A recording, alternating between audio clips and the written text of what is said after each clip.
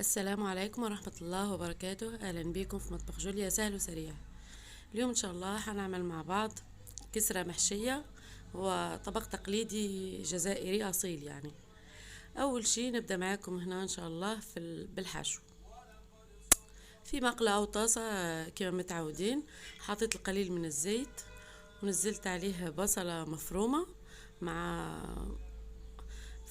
قرن فلفل حار، يعني قرن فلفل حامي، لكن هذا اختياري، ممكن تضيفوه او لا. وخليتهم يدبالوا شوية. بعد ما دبلوا ضفت عليهم حبتين كبار او 3 من الطماطم المفرومة ناعم، معاها 3 فصوص توم مفرومين نفس الشيء. ونقلب الكل مع بعض، البصل والثوم والطماطم، ونخليهم نزيد نعاود يعني نرجع عليهم الغطاء، ونخليهم تبدأ تبخر منهم السوائل. يعني هذا الحشو انا يعني ما نحتاج فيه يكون فيه سوائل او شيء، لاني نحشي به العجين باش ما يتقطع ليش. وكل هذا على نار قليلة. نروح درك للعجين. العجين نحتاجه فيه زيت زيتون، خميرة جافة، سكر، حليب بودرة، الماء الدافئ، يعني مقدار من الماء الدافئ فيه القليل من الكركم اللي حنخمر فيه الخميرة تاعي، و مكيال من دقيق القمح الكامل اللي هي فرينة بالنخالة، وضعفها أو 3 مرات ضعف الفرينة. سميد متوسط، لو يكون عندكم ناعم يكون أحسن أكيد، أنا لا يتوفر عندي إلا المتوسط. أول شي خلطت الفرينة مع اللبن البودرة أو الحليب البودرة، وحطيت وخلطت الملح مع السميد، ودرك رحت ضفت السكر والخميرة على الماء اللي فيه الكركم. أنا حطيت القليل من الكركم، يعني تقريبا نصف ملعقة صغيرة من الكركم في الماء، باش العجين تاعي ما يجينيش باهت، لأن احنا السميد عنا لهن في مصر أبيض ياسر، يعني هو لهن في التصوير باين شوية عنده لون، لكن لو تشوفوه قدامكم يعني كأنه فرينة في اللون. فانا يعني باش نعمل هذاك اللون تاع السميد تاع الجزائر ضفت القليل من الكركم. يعني هو الكركم ما يدي لا طعم ولا شيء، هو يلون كانه ملون طبيعي، باش ما نضيفش لون ولا حاجات صناعيه مضره بالصحه. ضفت شويه كركم، وهذا اختياري، تقدروا تديروه يعني تضيفوه او لا، ما علينا. لهنا انا بسست مليح السميد مع زيت زيتون. تقدروا انتم تعملوا زيت عادي، انا حبيتها بزيت زيتون يكون صحي اكتر ومذاقه احلى. وخليته يرتاح. بعد ما بسسته خليته يرتاح، لهنا رجعت للصلصة تاعي او الحشو تاعي. بعد ما يعني تقلى شوية مع بعضه الكل وبدا ينشف، ضفت له التوابل اللي هي ملح، فلفل اسود، كزبرة ناشفة، القليل من الكمون، والقليل من البهارات السبعة. هذه خلطة تاعت بهارات لهنا في مصر، يعني يوم ان شاء الله نشرح لكم مش هو اللي فيها البهارات السبعة هذه. القليل من البابريكا كيف كيف، والقليل من السكر باش نحي الحموضة تاع الطماطم، وملعقة كبيرة من صلصة الطماطم او الطماطم المصبرة. وخلطت الكل مع بعضه، وكيف كيف نخليها تكمل الطيب على نار قليلة. رجعنا لهن بعد ما تخمرت الخميرة الفورية تاعنا في الماء والسكر وكله مع بعضه يعني. ونبدأ نبلف يعني السميد اللي انا بسسته هو اللي نبله الاول بهذاك الماء والخميره، نبله. يعني انا نتعامل مع هذا السميد بطريقه خاصه، لانه السميد تاع مصر يعني انا مش ندم فيه، بس يعني كل بلاد عندها خاصيه. هما لهن السميد ما مش كيما عندنا احنا في الجزائر حاجة أساسية، يعني احنا ما نستغناوش عليه. تقريبا كل نساء في الجزائر ما فيش دار ما تخش ليش ما تلقاش عندهم العولة كيما نقولوا أو السميد في الدار، لازم يعني حاجة أساسية. وعندنا احنا في بلادنا يعني أنواع كتير، واحنا من المعروف يعني ولله الحمد القمح أو القمح تاع الجزائر هو رقم 1 في العالم، القمح البليوني، وهذه معروفة. يعني احنا قمحنا الصلب منه انواع كتير، حتى لما يطحنوه يديروا انواع الخشن والمتوسط والناعم جدا المهم احنا الان في مصر في نوع واحد، يعني النوع المتوسط وزيد بزياده. يعني هو انا نحس انه ماهوش من قمح الصلب، نحسه من القمح الطري، يعني المش صلب، لانه يتشرب كتير. كل ما نضيف له الماء يبقى يشرب. ما علينا. فلهذا انا نبسه الاول ونضيف له السوائل، ودايما نخدم معاه بالماء اللي يكون سخون، مش مغلي، ما يحرقليش يدي، بصح سخون، باش يبدا يعمل لي في الجلوتين تاعو. كما كنتوا تشوفوا الحبه بدات تطرى في يدي، بعد ما حسيتها طرات مليح ضفت عليها بديت نلمها بالمقدار تاع الفرينه، اللي فرينه النخاله او الفرينه اللي بالرده او الدقيق الرجيم كما يقولوا لهنا. نبدا نلم بالعقل الكل مع بعضه، نلمها ونعجنها في نفس الوقت. انا لهنا لميت كلش مع بعضها، يعني السميد والفرينه وكلش مع بعضها، وراني نضيف في الماء السخون يعني. ونلم نشوفها اذا احتاجت لي ماء زياده نزيد لها حتى تولي لي يعني نقدر نتعامل معاها، ما تكونش يابسه ياسر. دايما انا في السميد تاع مصر نتعامل معاه بزياده في الماء، لانه مهما حنخليه يعني لاني حنخليها ترتاح حنلقاها شربت وتعاود تيبس لي، فلازم نروح نزيد لها الماء. فانا من الاول نطريها، يعني نعمل حسابي. بعد ما يعني نحيتها من القصعة كما نقولوا عندنا، حطيتها على سطح العمل باش نعرف نتعامل معاها، وبديت نعجن فيها مليح. شوفوا يعني اعطتني هذاك الكركم، اعطاني اللون تاع السميد تاع الجزائر. يعني احنا سميدنا ما شاء الله لونه طبيعي اصفر، كأنه هنا عندهم دقيق الذرة، يعني الفرينة او السميد تاع المايس اصفر. يعني يشبه ساعات انا لما نشوفه نفرح نفتكر انه سميد الجزائر وهي دقيق الذرة. ما علينا، انا لا اعطتني هذا اللون يعني اللي خلاني ساتيسفات او رضيت على العجين تاعي. عجنتها شويه ودرك جبت مقدار الزبدة اللي حنضيفه فيها، ضفت النص ونبقى نضيف ونعجن مليح. يعني هي ما تاخدش وقت كتير في العجن، تقريبا 5 دقائق. نعجنها ونقطعها كما تشوفوا، وندخل هذاك المقدار نصف الاول من المقدار تاع الزبدة فيها،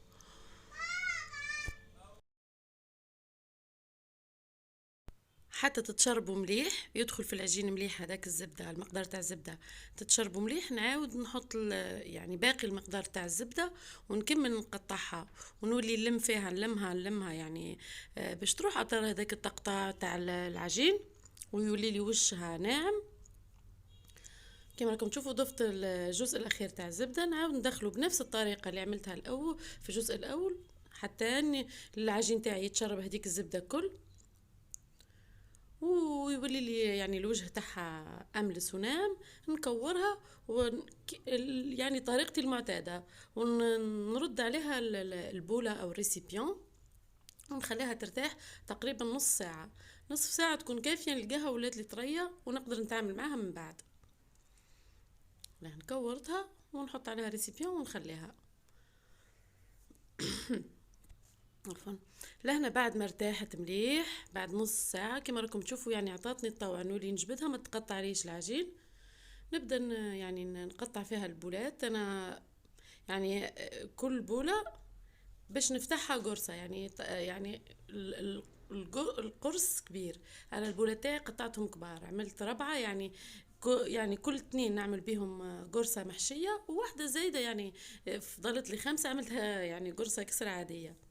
المهم لهنا كورتهم، قطعتهم وكورتهم كرات كما راكم تشوفوا. نحطهم على جنب، نغطيهم ببلاستيك ونخليهم تقريبا 5 دقائق، ولا يعني الوقت اللي يرتاحوا لي فيه شويه، باش كي نبدا نحل فيهم العجين ما يرجع ليش. كما ديما نقول لكم لازم بعد ما تتقطع ونكورها نخليها ترتاح 5 دقائق فقط، يعني كافيه باش نقدر نحلها براحتي. هذه نكملهم الكل بنفس الطريقه. لهنا بعد ما ارتاحوا لي بديت نحل باول كوره يعني اول وحده شكلتها هي اللي نبدا بها الاولى، ديما بنفس الترتيب، يعني تكون هي اللي خدت وقت كتير في الراحه. نحلها بيدي مليح نبسطها، ومن بعد نبدا نستعين بالنشابه او بالرولو او بالحلال، كل واحد كيف يسميه، باش يعني باش تمشي معايا. ونحلها بسمك رقيق تقريبا 3 ملي او 4 ملي مش اكتر، يعني لانه يعني حنطيبوهم طبقتين فوق بعضهم وفي نصهم الحشو باش يطيبوا لنا ما تجيناش خشينه ومعجنه. وزيد انا حاطه فيها الخميره، يعني معاها دهون بس هكاك يعني، وحتى يعني وحتاخد فوليوم، حتنتفخ شويه. فلازم كي تحلوها رقيقه كما راكم تشوفوا. انا نحل فيها يعني رقيقه خلاص، تقريبا 3 ملي او 4 ملي، مش اكتر. نحل اول كوره ونحطها على جنب، نحطها في صينيه او في على جهه في المطبخ. نحطها درك في سنيوه ولا في اي حاجه، في طبق، في اي حاجه على جهه. ونعاود نروح نحل التانية، ناخد كرة تانية ونحلها بنفس الطريقة رقيقة خلاص. ونبدأ نحشي فيها، ونحط فيها الخليط تاعنا او الشكشوكة تاعنا، كيما تحبوا تسميوها. كيما راكم تشوفوا ناشفة خلاص من الماء، ما فيهاش ولا قطرة تاع سوائل باش ما تقطعليش العجين، وباردة اكيد. انا بديت بها هي الاولى، خدمتها هي الاولى وخليتها بردت باش كي نخدم بها يعني ما نكون مرتاحة. سخونة، كنت تكون سخونة يعني تفسد لنا العجينة، وكي تجيو تهزوا العجينة تخافوا تتقطع لانها تتندى. نفردها مليحة على وجه القرص تاعنا تاع العجين. هذه يعني حاجة من المعجنات القديمة جدا اللي كانوا جداتنا وأمهاتنا وتربينا عليها الحمد لله يعني. كل هي في الجزائر ما شاء الله كل واحد كيفاه يسميها، وكل واحد كيفاه يحشيها ولا كيفاه يعملها. انا لا حاولت شويه، كاين ناس يكتفيوا الا بهذيك الصلصه برك يعني وبس، ويعاودوا يغطيوها بالعجين. انا لا نضفت اضافات وش كان عندي، مش حاجه يعني. طيبت شويه لحم مفروم شويه زيت وملح وفلفل اسود برك يعني، ما ضفت له ولا شيء. لان الصلصه تاعي فيها يعني طعمها مليح باش ما نكترش من النكهات. ضفت عليها اللحم المفروم. لهنا جبت قطعة من الجبن الأبيض، فورماج بورسيون أو جبنة نستو كما يسميوها لهن. قطعت القليل منها، ولهنا حط نضيف شوية جبن مبشور. لهنا ما درتش موتزاريلا، هذا النوع اسمه فلامنك، كيما الجودا عندنا في الجزائر. مش فورماج روج، فورماج روج مالح، هذا لا، هذا طعمه قريب من الفورماج روج بصح مش مالح. وجبت القطعة تاع العجين او القرص تاع العجين اللي كنت حليته وحطيته على جنب، نحطه من الفوق. ونبدا ان شاء الله نقفلها من الاطراف، نمدوا شويه العجينه طيعه يعني كيما نحب نتعامل معاها تجي، لانها مرتاحه. نحاول نخرج منها الهواء هذاك شويه من النص، ونبدا نقفل فيها في الاطراف. انا الاطراف كي جيت نقفلهم حسيت انهم مش يعني ما حبوش يلصقوا في بعضهم. بديت نحط نمسح العجين بالقليل من الماء ونرد عليها الطرف تاع العجين، فلصقت لي. لاني عجنتها مبسه بالزيت زيتون وعجنتها بالزبده، على هادي يعني ما يتهيأ لي على حسب ما فهمت ما حبتش تلصق في بعضها، بس حكي حطيت الماء لصقت العجين لصق في بعضه.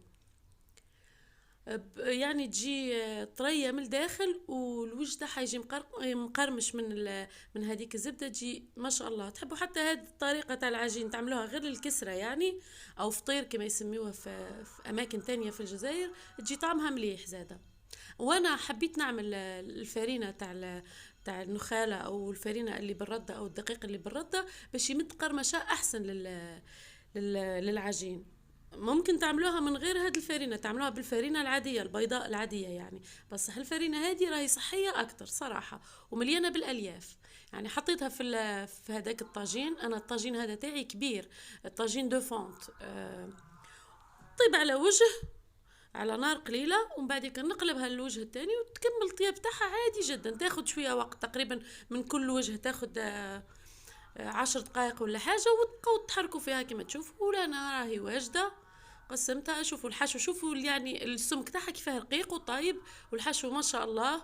وتاني طريه مش يابسه ولا حاجه، هايله هايله هايله ما شاء الله يعني. وجبه تستاهل التجربة. إن شاء الله تجربوها مع كاس البن. هي تتاكل كيما بهذه الطريقة يعني، هذه الكسرة المحشية أو مخلعة أو أي واحد، كل واحد، أو كسرة الشحمة، كل واحد كيفاه يسميها، تتاكل مع البن يعني، أو يعني تستهلك مع البن الرايب.